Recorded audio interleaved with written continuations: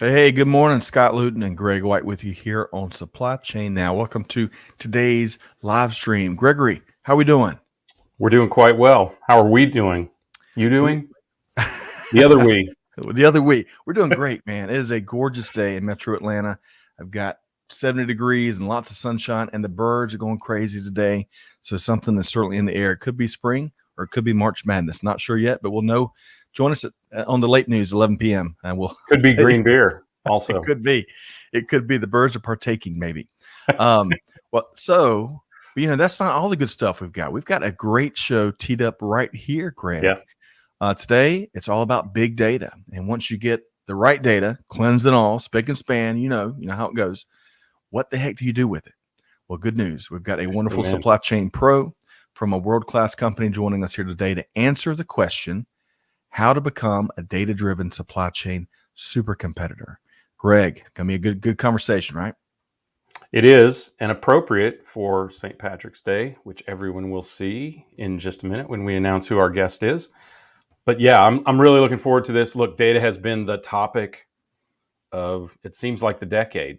But now it's more than just big data. It's more than just having data. It's wrangling that data into something useful. And we're finally, it feels like, turning our focus to that primarily. Agreed. These days, having the data is table stakes, it seems. 10 years ago, it was all about finding a way to accumulate it. But hey, we're going to hear from our pro here today, our guest. And Greg, I know this is a topic you're passionate about as well. So, and we're going to hear from all the folks in the cheap seats in the skyboxes, which we're going to say hello to in just a second. But really quick, nominations are still open through April 1st for the 2022 Supply Chain and Procurement Awards. Join us, get those nominations in. We've got 8 or 9 different categories. We've got Deeds Not Words Leadership Award. We've got Champion of Humanity Award for service to others. We've got world-class logistics. We've got technology trailblazer. You name it, there's something for everybody. Wherever your operations are, you're eligible to nominate. So venture over to supplychainprocurementawards.com and join us. April 1st deadline. And then, Greg, not next week, the following week, you and Kevin L. Jackson, who hosts Digital Transformers here, is going to be up at the Global Upstate Conference on International Business and Foreign Affairs in a couple weeks. What's going on there? Well, we're bringing in, we're not bringing in, we're part of a panel that's being brought in from around the world to talk about international affairs. Genius, right? Especially based on their title. And in our case, and particularly Kevin and I, we're going to be talking about emerging tech, 5G, supply chain challenges around the world.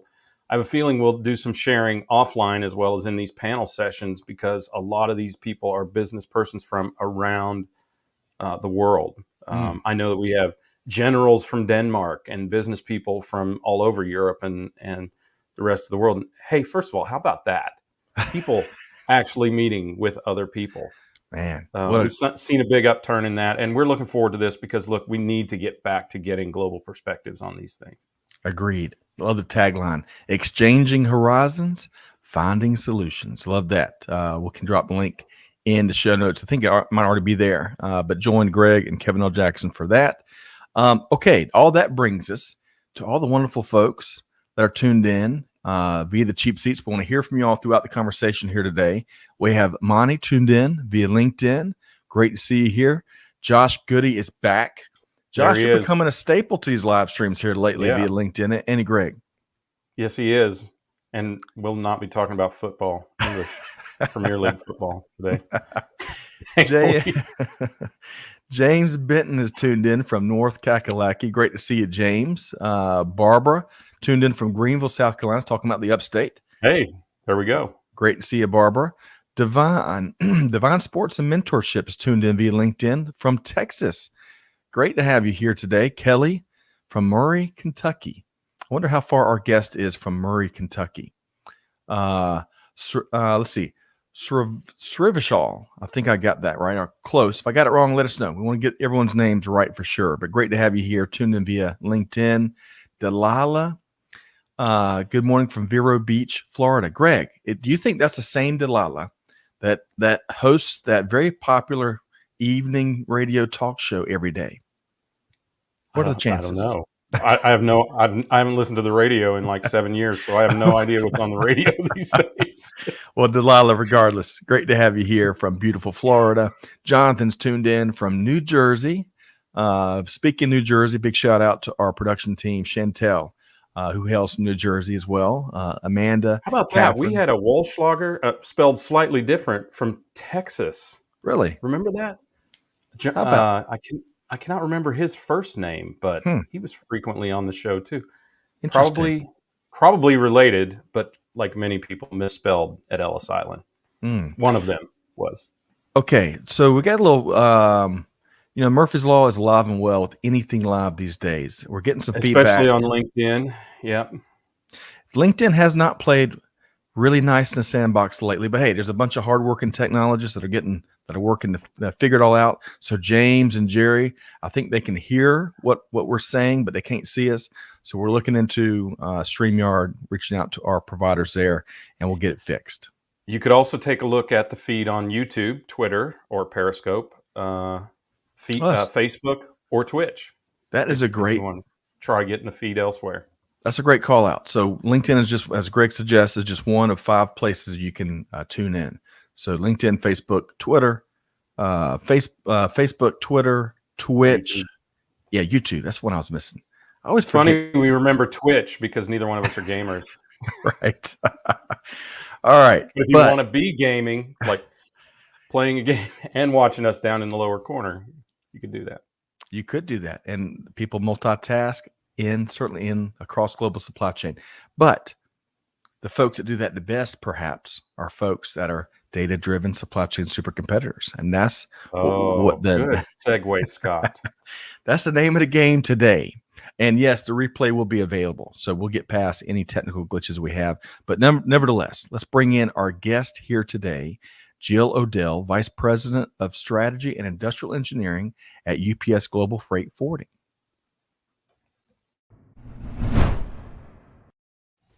Hello, Jill. Good afternoon. How are you? Doing wonderful. Doing even better now that you're with us. Glad to be welcome here. Aboard.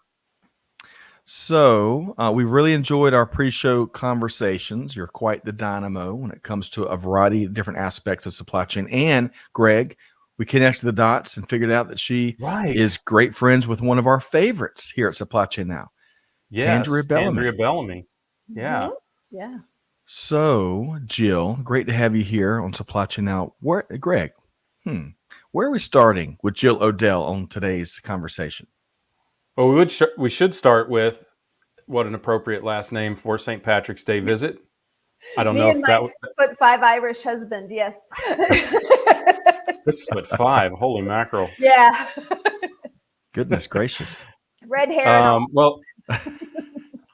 Well, as you've probably learned, like any good Irish family, there are a couple things that matter. I'm going to stick to the food side of it, but also we hear you're quite the global traveler. So tell us a little bit about maybe a couple of your favorite places to visit and any favorite places to dine or foods, any of their cultural foods that you love.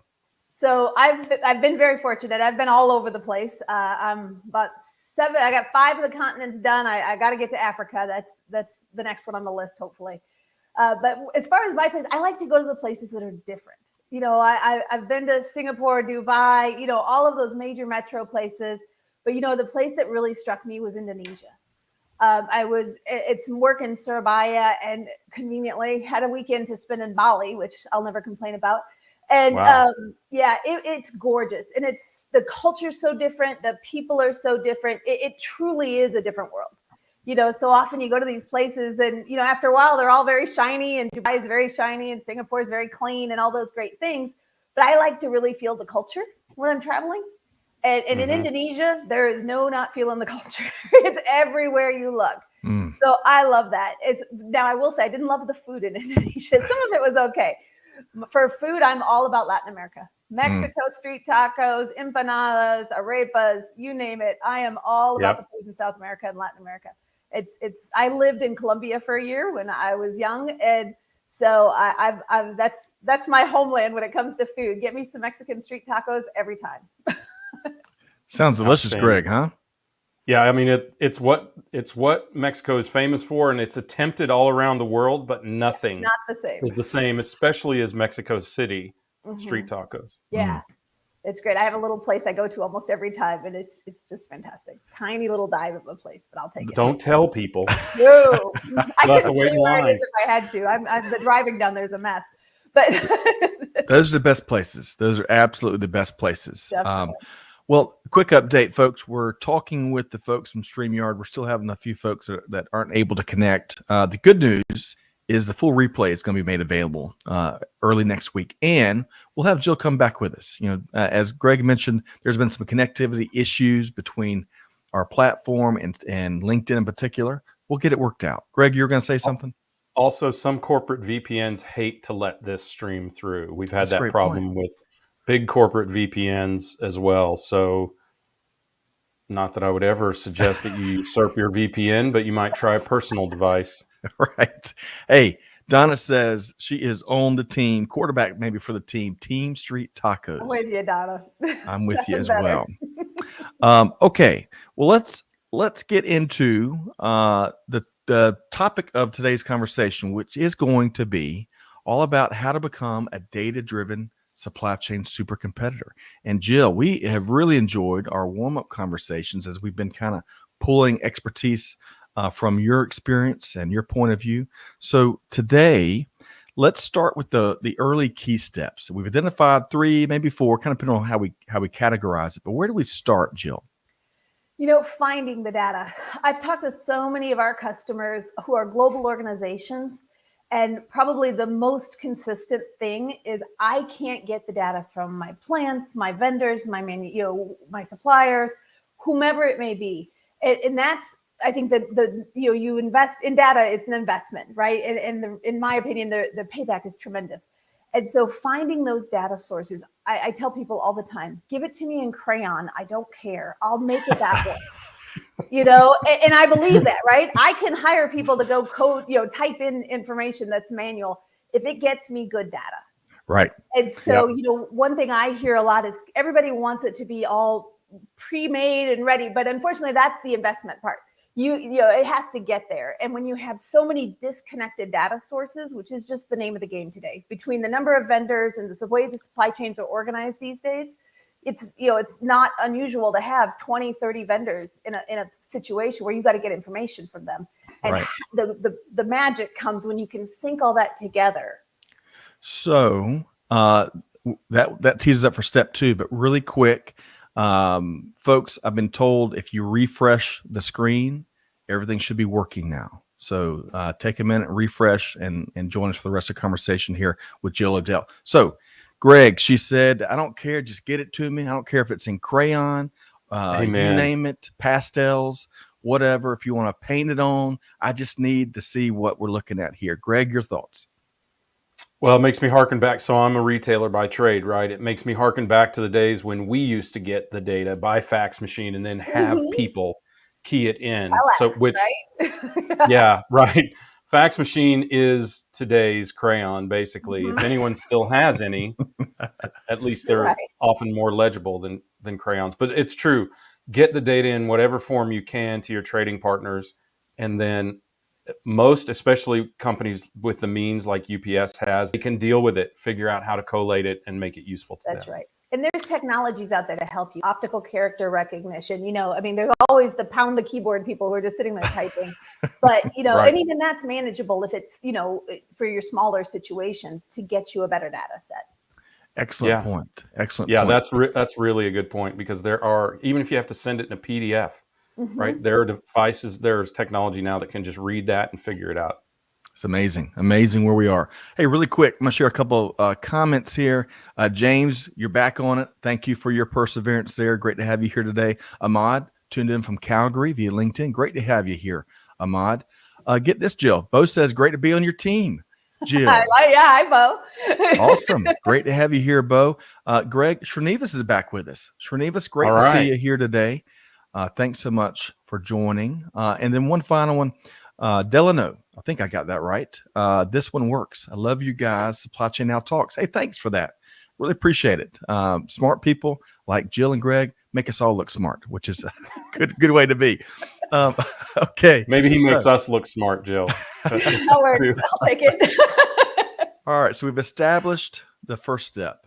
You gotta find the data. You gotta get it into the right hands. But then, Jill, what do we do next? And you got to harmonize it, right? And we were talking about that a little bit earlier. Some people may call it a customs entry. Some people may call it a filing. Some people may call it a dossier, whatever that language is. And again, this is where the investment comes in, getting that harmonized language so that, once, if you think of it as an Excel spreadsheet, right? Once you get those columns lined out and you know which data to map to what field, then game on. Right. That's the most important part. And like I said, that's where the investment comes in. Conversations with the people providing the data. What does this mean to you? What does this provide to you? And making sure you understand it. Making those assumptions can be a bit of a rabbit hole sometimes. Agreed. Now, Greg, one of our favorite terms around here is harmonize, right? Harmonization. And always. What name do you think of when you hear that word? Oh, it's easy. It's always the same one. It is Ebony and Ivory with Paul McCartney. Come on, Stevie. And Stevie Wonder. Yep. Yes. Right. Sorry. I didn't have enough coffee this morning. But that's where my brain always goes when we talk about harmonize. You know where mine goes? What? Donuts. Now who do you think of? Oh, our friends at Verison for sure. Yeah, of course. Daryl. Daryl Lou. So Jill, Daryl Lou, as Greg's talking about, has come up with a scientific methodology of evaluating donuts, and it's serious work, data driven. Oh, that's awesome. It is very, and because data harmonization is what he does in his career. Not to get us too far off track, but he's a very, very intensive analyst of data. So, well, now bringing it full circle, Jill. Our heavy hitting research team gave us a little factoid that your son, I believe, is a musician. So harmonization. What does your son play? He plays the bass along with some other things, but primarily in his band, he plays the bass. They just hit their first song with 1 million listens on Spotify the other day. Wow. Yeah, they really are good. Do you want to share it? Why I'm a little partial. And Anna, could you help me out? She'll have the link for us. But it's a band called Refractions. You can reach them out on Spotify. But yes, I'm obviously a little partial, but apparently 1 million other people didn't mind listening to it either. Wonderful. Wow. Refractions. Yeah. Mm-hmm. That is really cool. Well, let's drop that link if we can. Anna, thanks for your help. Anna, please drop that in there so I don't leave the feed to go listen to it. Right. So let's keep going down this path because really that's step 2, right? Harmonizing, synergizing the data. Tell us more about that, Jill. So, once you understand what that data is, I remember I worked on a project down in Mexico several years ago, and that's exactly what we were doing. And those mapping conversations were invaluable. They took a lot of time, but now we have really good, solid data. We know exactly what's what, and now it's very repeatable.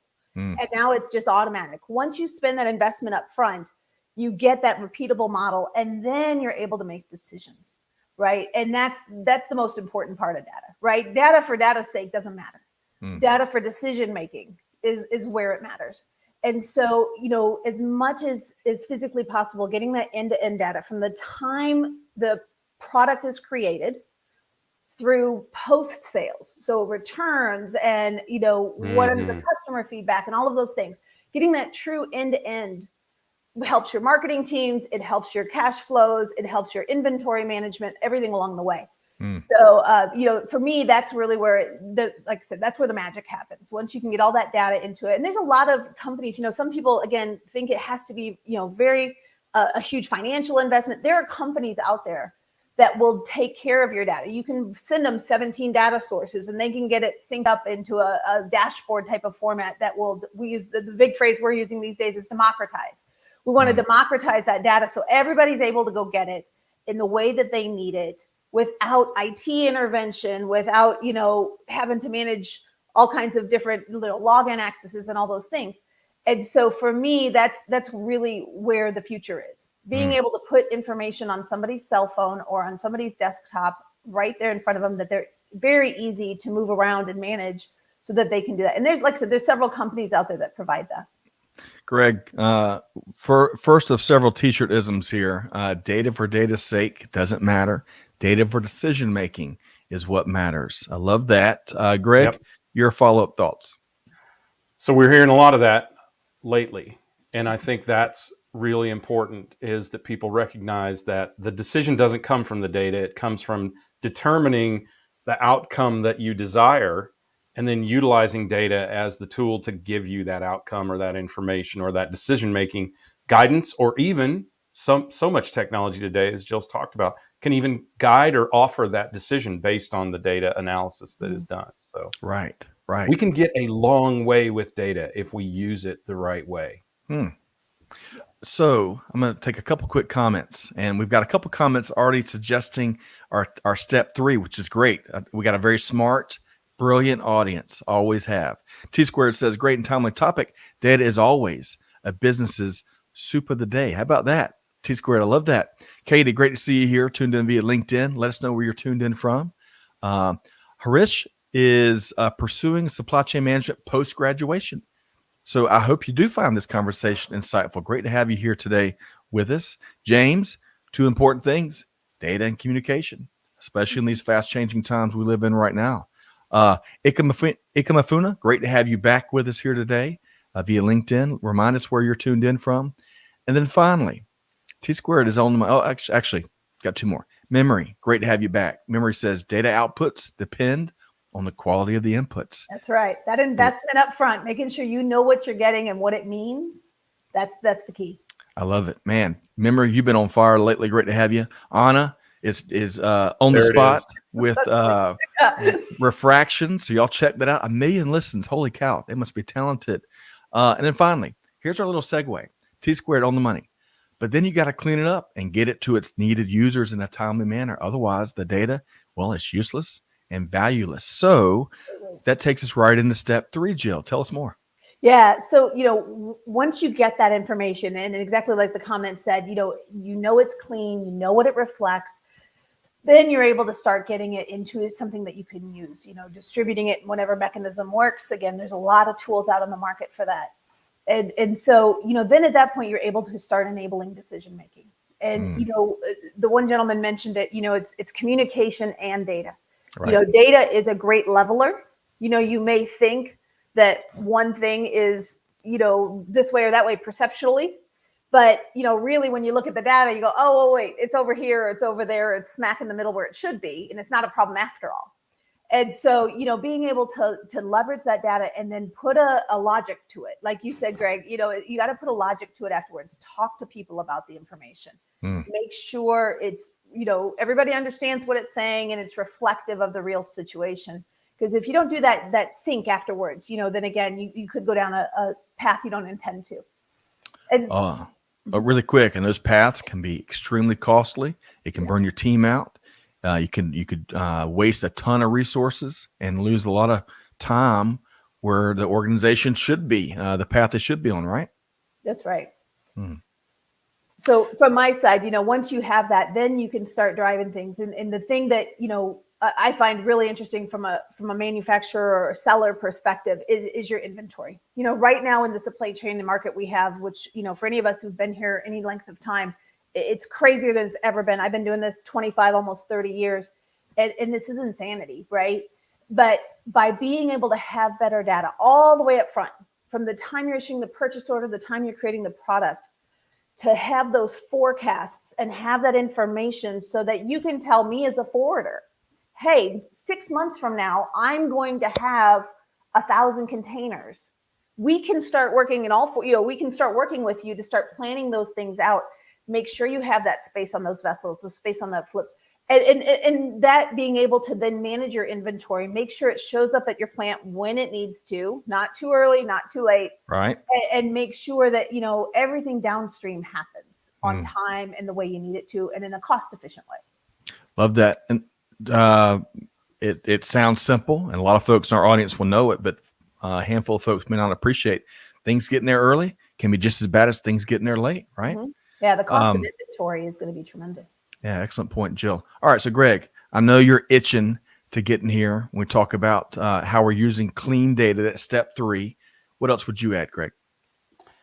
Well, this is maybe a little bit different angle on this topic, but it makes me harken back to the days, and since Jill, you're a OG in supply chain, you've probably experienced this, back to the days when all analytics and reporting and data was used was to determine how you had hurt the company today. How did you fail the company yesterday? Right. And I think that all of what, Jill, you're talking about allows us to get in front of all that. Data can be useful as a predictive mechanism or in predictive mechanisms to help us avoid conflagration and conflict. And the more that we think about it from that perspective, how do we use data, cleanse data, harmonize it, even find it to allow us to use it as a predictive mechanism? That is more and more the outcome that people need to be thinking about as data's most useful value, not as a quote unquote report. A report's usually a look into the past, right? And those looks into the past, I can tell you I've been on both ends of those. They're never pleasant. TPS reports. That's right. Yeah. I'm going to need you to come in on Saturday, Jill and Greg. Yeah, exactly. All right. So I'll take a couple quick comments here. So Ikamafuna is tuned in from Ottawa. I knew that, but thank you for reminding me. Great to have you here. James is adding data is a symptom of the system you design. In regards to decision making, it is a check on your design, getting it to the right people so people can make the right decision at echelon and space time. Bad design or inputs will have issues. That's Excellent right. point. 100%. I like the word consequence over symptom, but I know what he's trying to communicate here. It's the result of however you design your processes, right, and how you measure them. So you have to be really careful with that. But Yes. even data from a bad design will give you data that proves it's a bad design. Which is helpful, right? Or it won't give you the data that you need to prove that it's a good design. Right. So I'm going to add memories thing here, but That's what I was just going to say too. Go ahead, Scott. Speaking of words we like, hearken. I haven't heard the word hearken in quite some time, Greg. Did I say that? You did. It's like little William Shakespeare working today. Wow. All right. So memory, again, right on the money here. And Jill speak to this, but she says, correct me if I'm wrong, but simplifying data makes it accessible and practical to users at all levels of the company. Jill? You're absolutely right. We talk about this all the time. You almost have to boil the ocean all the way down to a grain of salt, right? And especially as you go up in the organization or up in a supply chain, it's more and more important that you really key in on those key factors that are going to drive changes you're looking to drive. And memory, you're exactly right. It has to be consumable. And if you don't have the right tool, to do that, it's going to be a challenge. Throwing mountains of data at anybody is not going to be consumable. So, Jill, we're losing you a little bit. It could be, I think March Madness tipped off a little while ago, and I bet everybody and their sister and brother is streaming right now. That may be kind of halfway kidding, halfway not. That could be impacting us. But Jill, I'm going to give you a chance. I think we got you back clear now. We caught the tail end of that, Jill, where you said memory is absolutely right. But can you just share your answer one more time to that? Sure. I'm sure that's the part she liked. But yeah, she's right. If information isn't consumable, then it's useless. Again, it's kind of what we've been saying this throughout, right? So you have to boil down into those key elements that really drive decisions, whatever they may be. So making sure that you have those core factors that will help you make the best decisions, and some of that's trial and error. Right. Some of that's talking to the stakeholders and understanding what pieces help them drive a decision. But you're absolutely right. You have to simplify that data, but it really is boiling the ocean because it's taking a lot of information and figuring out how to make it consumable. Yep. Really quick aside, we're going to get a couple more comments, including one that says Greg nailed it. Greg, that's always good to hear. But, when I was in the Air Force, we would, all these maintenance actions that were taking that take place on our aircraft. Well, every single thing, even if you're cleaning the windshield, gets documented and put into this massive database. And our team would run tons and tons of reports, bring all that data down, but pick and choose, ensure data integrity, but then pick and choose what we share with the maintenance team so we don't overwhelm them with a tidal wave of data, but the right data that they need to act on or be prepared, get out and ahead of certain maintenance issues and whatnot. But that's, it's so easy these days, especially with what's at our fingertips, to just overwhelm folks with a lot of information or data that they don't even need. It's almost irrelevant. And it takes attention away from what is important and those signals, right? Mm-hmm. Okay, so let's share a couple comments, and then we're gonna kind of ask Jill what does all this get us. She's kind of spoken to that a little bit. We're gonna expound a little more on that. Eric, great to see you here today via LinkedIn. He says measuring the metrics of the data quality is a big issue. Getting coordinators to put the right data in is actually more important than the amount of time that they take to put the data in. Absolutely. Excellent point there. James says Greg nailed it. Reports and data are from the past. So time travel is a thing, evidently. I'm not sure who this user is, but let us know if we could, Amanda and team. Data is a precious thing and will last longer than the systems themselves. That was Tim Berners-Lee that said that. That's really true. And I think that does go to the point that you don't use data just once.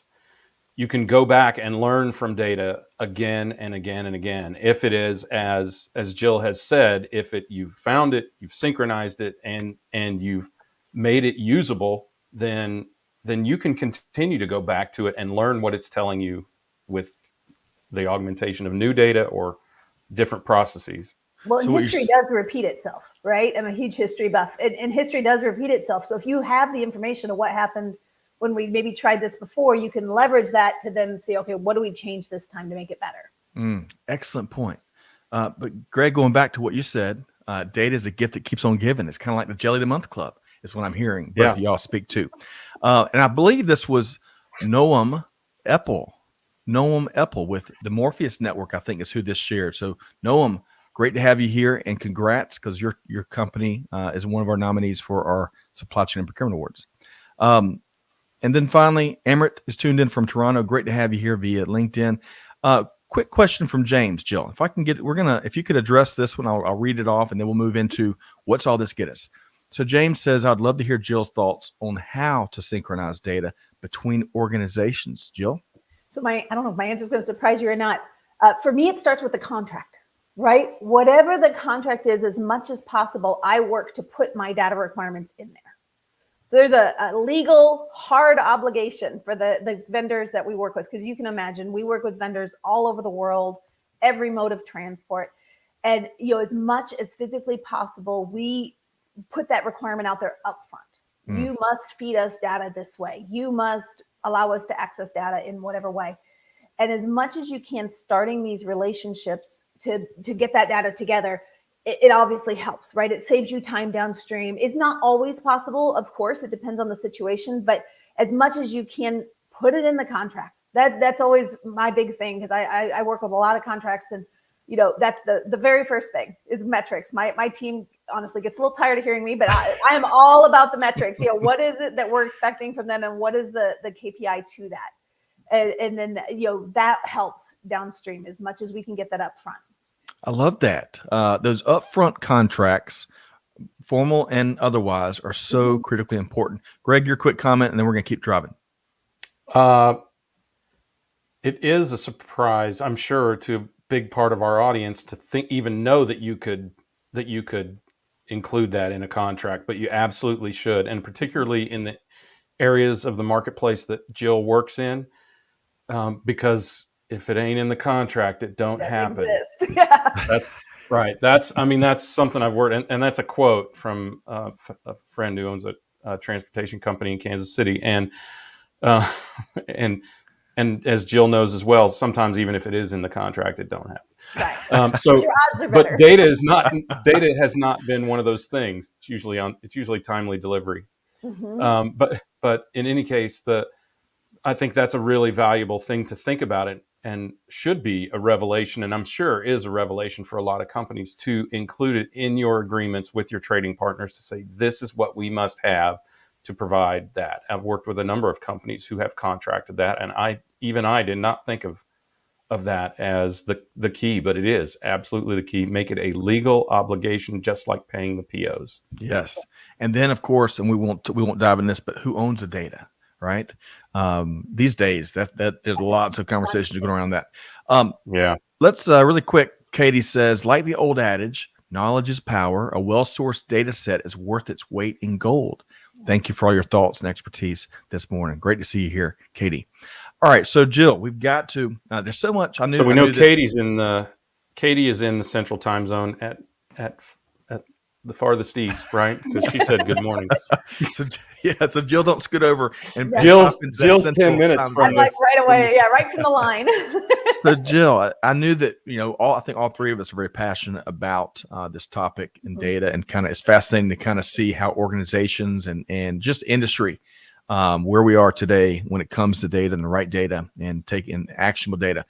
But what is all this? So if you follow those 3 steps and we follow Jill Odell's advice on how to become a data-driven supply chain super competitor, what does all that get us? It gets you everything, right? It gets you better inventory controls, right? Cost of inventory is so high, especially with some of the transits we're seeing, particularly in the ocean world right now. That cost of inventory, everybody needs to keep that low. And so, that's for me, an area that I know our customers are constantly focused on. How can I manage it so it's there in time, not early, not late? It's a constant conversation with us and our customers. And, again, that forecasting, it all comes down to forecasting, right? That data feeds your forecast, feeds your inventory, feeds your receivables at the end of the day, right? Because if you forecasted well and everything moves on time, you're going to get paid faster. And so, to me, that's where all that gets you. If you can do that right, you get better market insights, you get better product development, then the forecasting, then the inventory, then the cash. Wonderful. And we're gonna. I think you've got some use cases, some experiences we're gonna dive into in just a second. But hey, memory says the way Scott keeps driving, we'll make it to the moon. Hey, that's the plan. We can talk about space supply chain, but memory, I tell you, Greg, if you recall, one of the t-shirt isms she's brought, and Jill's brought a truckload of t-shirt isms. Memory said the other day, an informed consumer makes informed decisions. And that is so apropos to what we're talking about here today, right? Because back to what Katie talked about, the old adage, knowledge is power. Okay, Greg, your quick commentary, and then we're going to get some stories from Jill's journey.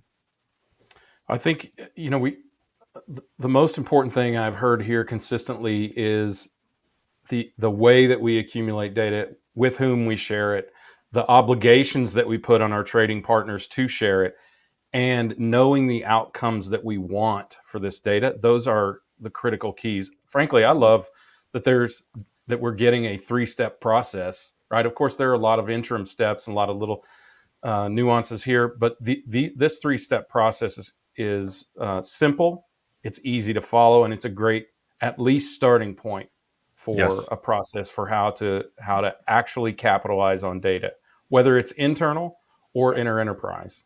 Yeah. Excellent point. Harmonize it, use it. Yes. And get it and do that as much as you can on your own, because I bet Jill's consulting fees aren't very competitive. So, I think also, the ability to accept it via crayon becomes a really, really important. I mean, virtual crayon, whatever that is in your world. Even out of Asia, a lot of those countries still are handwriting things. Right. We get waybills that are handwritten every day. Yes. Yeah. Well, it makes me think, we were talking about refractions in your son's band, come as you are. I think that Nirvana sang that. And that's kind of what I'm hearing here. Send me whatever the current state is, just send it to me. We'll work through it. That's right. Okay. So Jill, back to kind of story time, supply chain story time. Tell us about some examples you've seen that folks follow these best practices and some of the things we're talking about.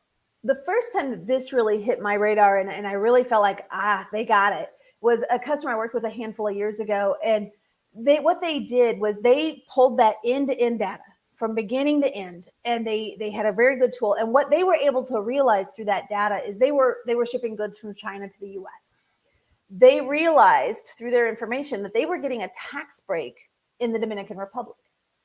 So they out of all this information, they realized that if they sold the materials to the Dominican Republic, they got a huge tax break, and then they still drop shipped it. The shipment itself didn't change how the transit moved, but they were able to get this tax advantage by shipping it, selling it to the Dominican Republic, and then turning around and selling it to the U.S. All very legal, and obviously I'm not a tax person, but they were really able to save a tremendous amount of money by doing that. And I don't know all the tax rules, but again, they had all the right players, they had all the right information, and they were able to really redesign their supply chain. One thing this company did that was very good was, before they decided where they were going to source a good, they looked at the customs taxes on export. They looked at the customs taxes on import. How are they going to flow all of that? It's not just about transportation. It's about, how is your source going to work? What tax incentives can you get by routing something one way or another? That's one example of a company I think did an excellent job in how they manage that.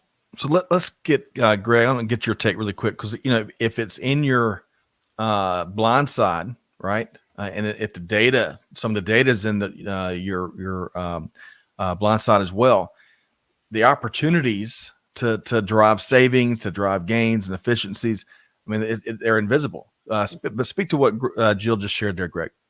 I think that goes to including your entire organization into how you manage your data. You know what it made me think of immediately is the now defunct double Irish Dutch sandwich, the way that a lot of technology companies structured their company to optimize their tax obligations by having an entity in Ireland, in the Netherlands, and in Bermuda, when most of their operations are in the United States, and that helped them optimize their tax obligations. And I think, they use incredible amounts of resources to do that, lawyers and accountants and whoever else. And I think it probably, it definitely identifies that with that data, you can benefit not just your supply chain operations, but your finance and probably legal operations as well. And of course, your trading partners. And anytime you can offer a benefit to your trading partners with more data, the better off that you are. I think back to when we would demand certain things of our suppliers, Union Carbide, who made Prestone when I was in the auto parts industry. We would make demands of them on first pass fulfillment and all these things. And it was very hard for them, particularly when the mysterious plant shutdown from an explosion happened every year. Wow. But we identified that they could make an extra $2 million and we could make an extra $1 million if they adhered to that by using data. So if you can motivate people with that data, it's incredibly valuable. So motivating your suppliers and customers, but also, Jill, what I'm hearing you both speak to is how you can build trust with sharing, the right data and the transparency that comes with that, and defining the mutual finding of opportunities. But Jill, respond to that, or tell us, I know you've got no shortage of stories and experiences. Yeah. What else would you like to share? Well, like you said, transparency is key. As much information as you can share. We're working with customers right now on what are they, it's March. I'm amazed this year, probably more than any other, at how much I'm already talking about 2023. And we're sitting down with customers and talking about what are they going to do in 2023 so that we know where we want to go get space. We know what, and, they're being very transparent with us, because I think probably more than ever, because of the situation. And they understand that the more they tell us, like you said, the more we can help them. And I think transparency is really important. Like I said, we sat down with one of our customers recently, and we're going through their 3 to 5 year projections, even, so that, UPS being an airline, if we need to go buy a plane for a certain, we can look at that and understand that, and understanding where our customers are looking to grow, what lanes should we look at. It helps us support them downstream. Love that. Okay. Probably talking about 2023 now because of the length of lead times right now. That's right. If we want to get it in 2023, they're going to have to order it right now. That's what, I say that all the time, because you guys, we were talking about this earlier. I have buildings and facilities responsibility, and we're only working on 2023 leases because it's taking so long to get things. Wow. Our dear friend, Allison Gregg, that does some co-hosting with us, a couple years ago, she was Facebook. She had like this Facebook story building updates of her, I think it was a couch or a dining room table. And it was really interesting. I mean, she put a humor spin on it, but it was really interesting, the updates she would get and she'd kind of share. It was quite a adventure. Okay. So Jill, I wish we had a couple of more hours with you here today. There's so much you bring to the table that we want to share, but I want to add a little bonus question. We've got a couple of resources that we're going to share with folks here in just a minute and make sure folks also know how to connect with you after today. But you're also passionate beyond traveling, food, music, and data. You're also really passionate about engaging our team members, right? Wherever they are. So have you seen, is there like a go-to employee engagement technique you've seen that's really worked really well? I had a little bit of an advantage when the coronavirus hit because I had been managing virtual teams for quite a while. And so many, many years. And the thing, I think there's two big things. One, you have to personally care, right? If your employees understand or your team understands how much you personally care about their situation, about their workload, about whatever, that to me drives engagement. And as we've moved to a permanent, a more permanent work from home or a long-term work from home scenario or some sort of hybrid thereof, spending that time, the thing you lose, in my opinion, in a work from home is that coffee hour time, right? The water cooler time where you don't sit down and talk about the kids or talk about, whatever, the garage sale you went to last week or whatever. And so, spending that time, I meet with my team. I have a team all over the world.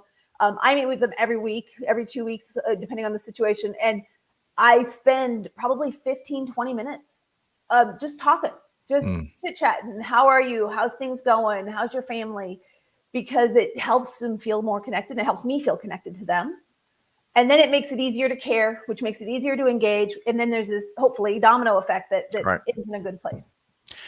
And it's fueled by what I'm picking up with you just in today's conversation, some of the pre-show conversations, that authenticity. It comes from a very genuine place. And I think that's a big part of it because folks are smart. They can see through any shallow efforts. Greg, I know this resonates with you as leader of a variety of organizations.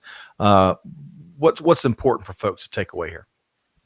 I think that the important thing is it has to be genuine. You can't fake caring about your people. And to that point, by the way, I mean, so I was that annoying person, even when I was CEO, who walked in and went to everyone's desk every single day just to say something, not for any other reason than I just felt compelled to speak to them and maybe was curious about what was going on, or, we may have even had an initiative or not, but and I agree. I think we miss a lot of that. Not only do we miss a lot of human contact and a lot of engagement, but you can get an idea that could change the company from a discussion about the car wash this weekend or the garage sale that you went to. Those are epiphanal moments that only happen in person. And I think that's so very powerful. But the genuine nature of that is critical. So if it's not you as a person, it should be someone else in your organization as a delegate to make sure, to make sure that there is someone that is that empathic and engaged to work with the folks within your organization. And there's no shame if it's not you, but it has to be someone. Yeah. Such a great point, both of y'all. I really appreciate we took the time to throw this bonus question in. I am going to share. We get points for it because I think we're going to do street tacos. What are y'all talking about? After street tacos after the live stream. I'm in. I'm going to share a couple of really quick before I share a couple comments, and then we're going to get to some of these resources that Jill, you and your team offered up. Slack. Don't laugh just yet, but Slack. When I first started using Slack, I'm like, man, this is like one more application, But really, to your point about the coffee chat moments. The way that Slack has offered that electronically and not just burden people with more text or emails, it's just got a different vibe. That's been really cool. And it's really offered up some of those non-work moments and sense of humor, jokes and stuff that you can miss via even text and emails. So y'all, if you're not using Slack, check that out. It's a great tool. Okay. They're trying to do that with the metaverse. Really? They're trying to introduce that to companies to allow them to have those virtual coffee talks. I love that. Yeah, I'm a little bit creeped out by the metaverse, frankly. I actually attended my first metaverse meeting 2 weeks ago. Really? What did you It think? was very bizarre. Like honestly, I felt like I was in a video game, and I'm not a video game person. I don't have my head around it. I'll be honest, but yeah, it was surreal. Let's just say that. So I wonder. Well, there you go. I wonder. So they're accomplishing what they were after. Right? Yeah.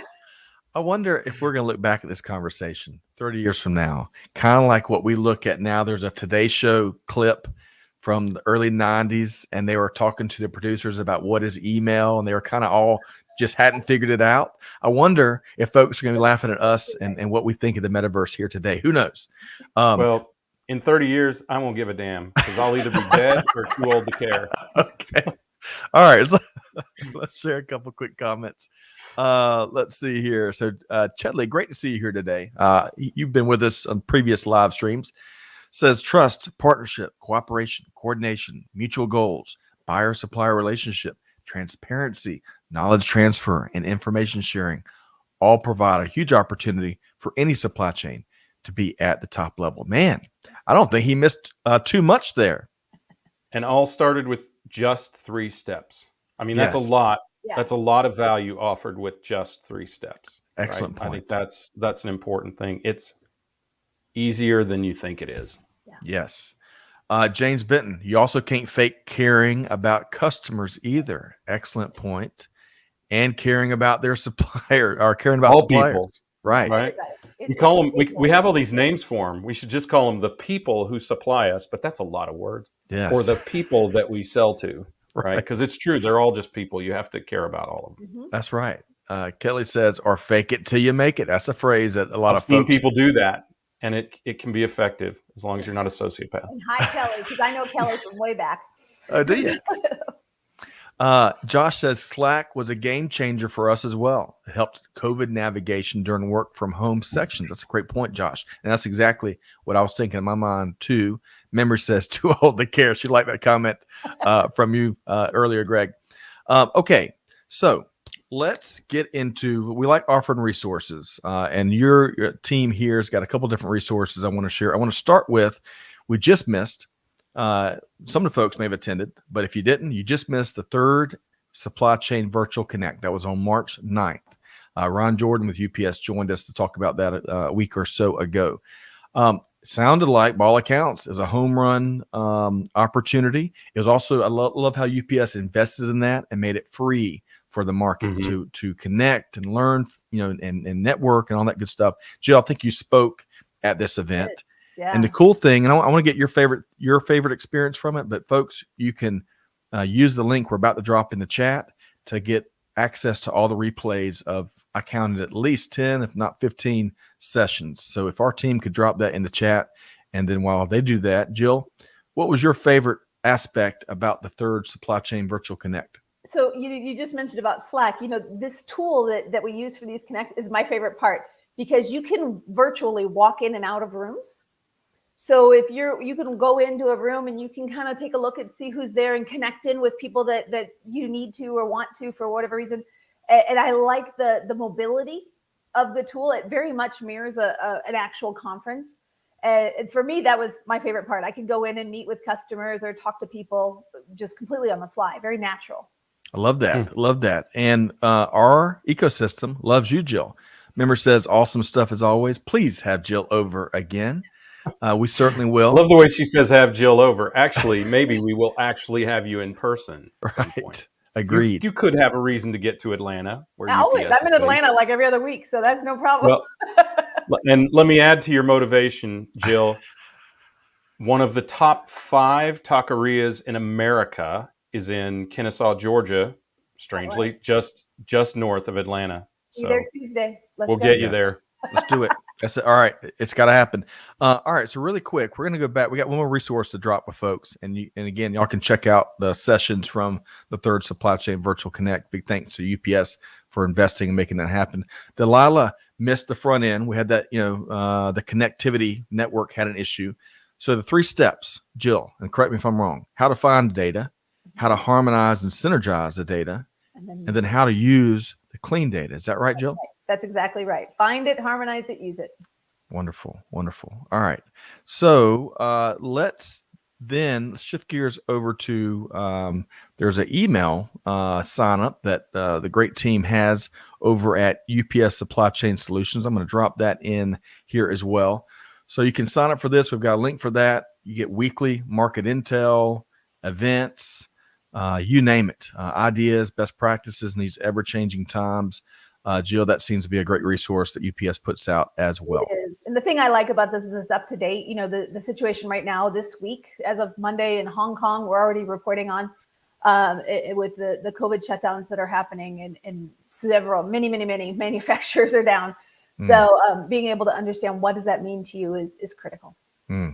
Wonderful. I got to share a couple before we let you go. Before we make sure folks know how to connect with you, Jill, find this comment here. Without Slack, I think this is Catherine. Without Slack, how would I share cookie recipes with Amanda Luton? So, I love that. And Barbara used to live in Kennesaw. Great town. We agree. Okay, Barbara. Okay, so Jill, really enjoy. Greg, I love Jill's approach. I knew when we had our prep conversation that this is going to be a lot of fun. It's going to be very practical. Folks are going to have lots of actionable takeaways. And Jill, you surpassed those expectations. You blew it out of the water. How can folks connect with Jill Odell? LinkedIn. LinkedIn has kind of changed our business world, hasn't it? But yeah, you guys have been great. I really appreciate you letting me come. And yeah, I'd love to hear from anybody on LinkedIn. That's the best way to get a hold of me. Wonderful. We got those links in the show notes. Greg, before we let Jill go, did you have as much fun with Jill Odell as I did? You know what I love about her approach is it's not an approach. It's her. It's very genuine. I really appreciate that, Jill. And I have another question for you. Do business cards not seem redundant now that you have LinkedIn? And I haven't ordered a business card in the last 5 jobs. I at one point, probably 5 or 6 years ago, I finally ordered a pack and I just wrote on there manager. Like I didn't put anything else because A, my job changed a lot, and B, I'm like, who even cares? Right. I feel silly. Now they have that little code on LinkedIn where people can just scan it and you're connected. Yep. So. I had this handy. This wasn't planned, but this dot card blue thing is a single business card where folks can scan it with their phone and they get all the information they ever want about you. And I felt much better using that than printing more business cards, to your point, Jill and Greg. But nevertheless, lots and lots of solutions. Jill, a pleasure to have you with us here today. Thank you very much. Really appreciate your time. Folks, make sure you connect with Jill Odell. Plug in with the UPS team. Wonderful resources. I want to thank, again, Jill Odell, Vice President of Strategy and Industrial Engineering at UPS Global Freight Forwarding. Thank you, Jill. Thanks, guys.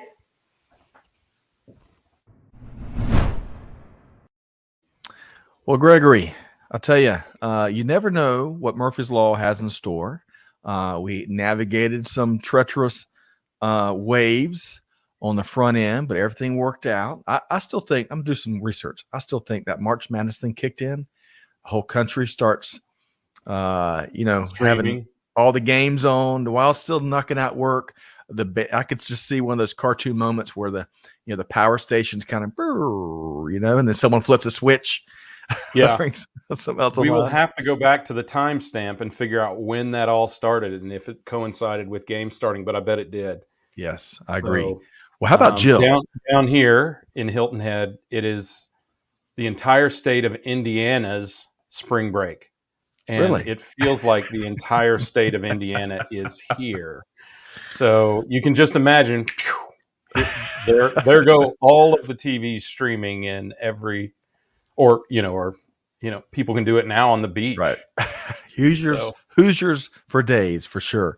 Okay. But how about Jill Odell? I mean, this is, as memory put it, a dynamo. Let's have her back. What was your favorite thing Jill shared here today? I can't help but make this comparison, but, Tandria Bellamy is such a leader, right? Such a thoughtful person, big into mentorship and big into staff engagement. I see a lot of that in Jill. I'm sure she developed it herself, but we had the discussion about Tandria, and it just harkened back to that, and it makes me feel good that that sort of caring and transparency, and obviously her gifts around industrial engineering and data, and of course human leadership. All of those gifts continue at UPS with Jill being there. So I don't want to talk too much about Tandria, but Jill knows that that's high praise from our standpoint. So well said. And I think also that there was, we don't always get this. We got 3 steps, actionable steps in this session, and we got some really good answers on how to conduct those steps. So this is almost a to-do episode for people. It's not just philosophical. It is, right. This is how you can accomplish it. So this is one I would put in the archives and refer back to as if I'm leading a company, as I'm trying to develop a data strategy. This is one I would definitely keep in the archives. Excellent point there, Greg. And we got a lot about the why. I love how she spoke a lot about the why and what you get if you put in the time, you put in the elbow grease to become this data-driven supply chain super competitor. What it means for you, your customers, your suppliers, your team. And those are important questions to ask. And to your point, she's real. Jill is the same person here as she was in the pre-show prep show. So so true. We got a fan club. We got a new fan club. We lead a bunch of Atlanta area fan clubs. We got to start a new one. But folks, as Greg mentioned, make sure you catalog this episode, refer back. We covered a lot of ground here today with Greg and Jill Odell with UPS. Want to be sure to check out the Supply Chain Procurement Awards. Get those. Let's celebrate your team while calling attention to some big issues of our day, and especially the incredible mission that the nonprofit Hope for Justice team is setting out to complete. But folks, whatever you do, Scott Luton, Greg White signing off for now, challenging you to do good, to give forward, and to be the change that's needed. And on that note, we'll see you next time right back here on Supply Chain Now. Thanks, everybody.